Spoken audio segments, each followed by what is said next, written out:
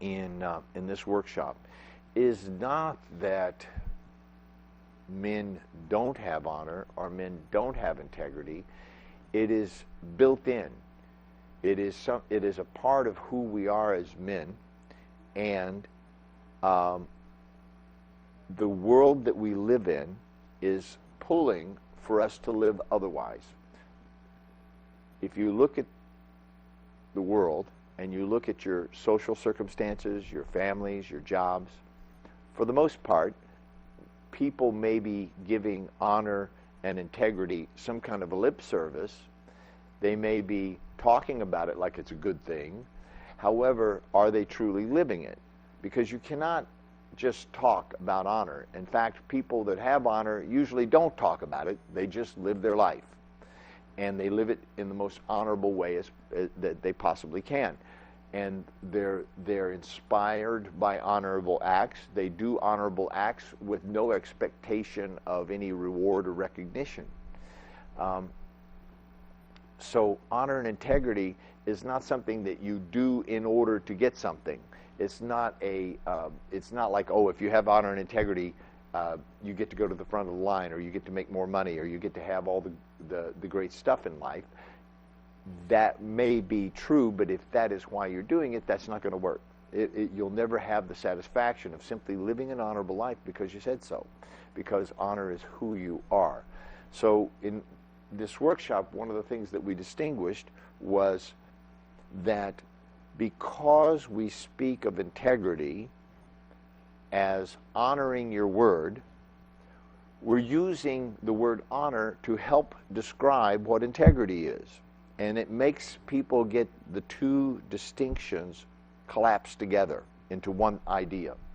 So because honor is the opposite of shame, we have this idea that if you don't have honor, that you must be shameful. Honor, shame, like two sides of the same coin. Yes? When we use the word honor to talk about integrity, it gives the idea or the impression that integrity is right or good and no integrity is wrong or bad or shameful. You see? Honor, shame, it only belongs to the distinction of honor. Integrity is not good or bad. Integrity is simply doing what you said you would do when you said you would do it.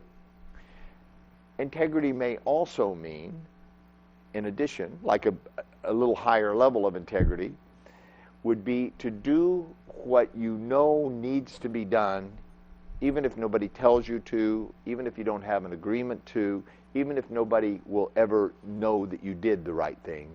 You do the right thing because you know that's the right thing to do. That's another level of integrity.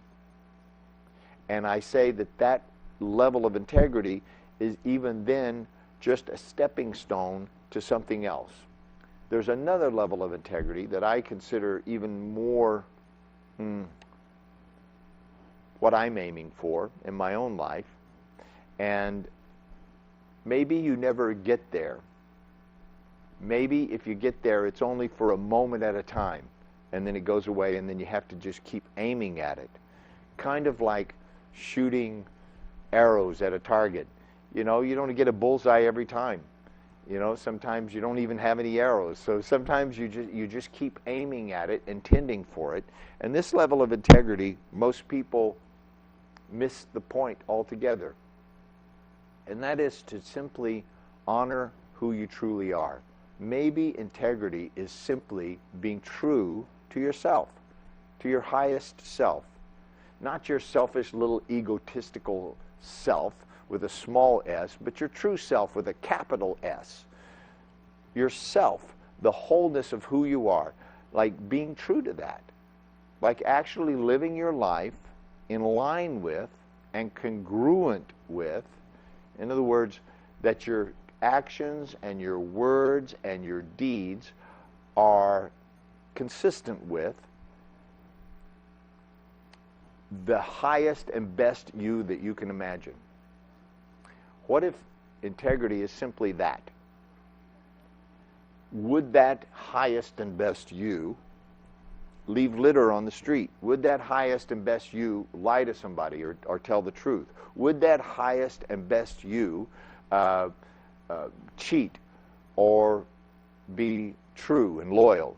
Would that highest and best you do whatever they could to be of service to other people? So really, the level of integrity that I say that I'm aiming for in my life and that I propose that you aim for in your life is being true to your highest and best self. You know, what is going to create the greatest good for the most people? Or you could say, what is best for the greater good? And simply living your life in accordance with that and trusting that, you know, honor and integrity doesn't necessarily mean that you mind all the rules. You know, sometimes when you are being true to yourself, you may see that there's some rules that don't work for you. Now, if you have an agreement to keep those rules, if you've made an agreement to keep those rules, then honor and integrity would mean honoring those rules, or going to the person with whom you have this promise and this agreement and saying, I'm sorry, I know I have a promise to keep this rule, but I see that this rule doesn't work, and here's why, and so I'm not going to do this anymore. This is something that doesn't work for me, and this is why it doesn't work for me, and so unless we can, and I propose that we change it, and then propose something that is in line with your own truest, highest self. And if that is unacceptable to them, then doing what is ever is necessary to be in alignment with your truest self. Now, that may sound complicated, but it's really simple. You know, we all have agreements in our life, and you need to keep those agreements, and you also need to think for yourself and realize that maybe you've made agreements out of unconsciousness, perhaps out of social pressure or political pressure or any other kind of pressure, that you have made agreements that are not necessarily in line with your highest and truest self. I propose that you challenge those agreements. You know, I propose that you stand up for what you know is right, even if there's no agreement about it, even if somebody doesn't agree with you. So that's integrity. Integrity is simply doing, it's black and white, it's measurable. When something has integrity, you can see it. It's measurable, okay? You can see it. If you took a picture of it, something has integrity. If we videotaped you, we would see, oh, that has integrity. That is consistent. Those actions, those words, and those deeds are consistent. They have integrity. Honor, on the other hand, you can't photograph it. You can't see it. You can't measure it. You can't even find it, okay?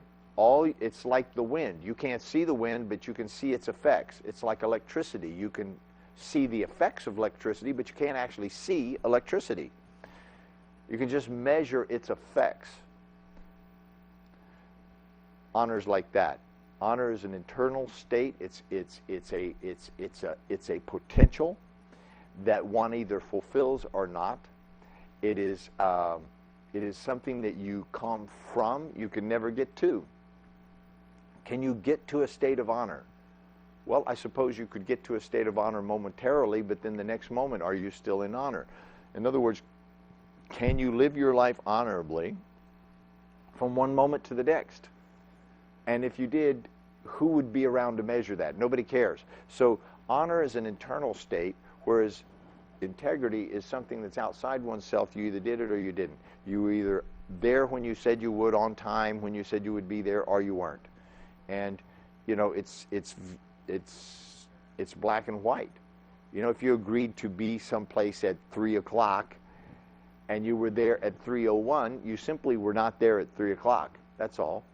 And most people relate to integrity like, see if you notice yourself in this, no integrity plus a good story or a good reason or throwing some guilt or shame on the other person that's holding you accountable.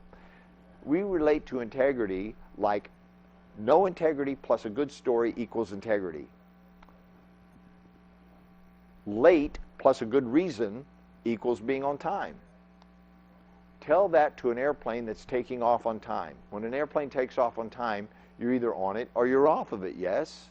You were either there on time or you weren't. When a train leaves the station, it either leaves and you're either on the train or you're not on the train. It's very clear. It's measurable. It's black and white.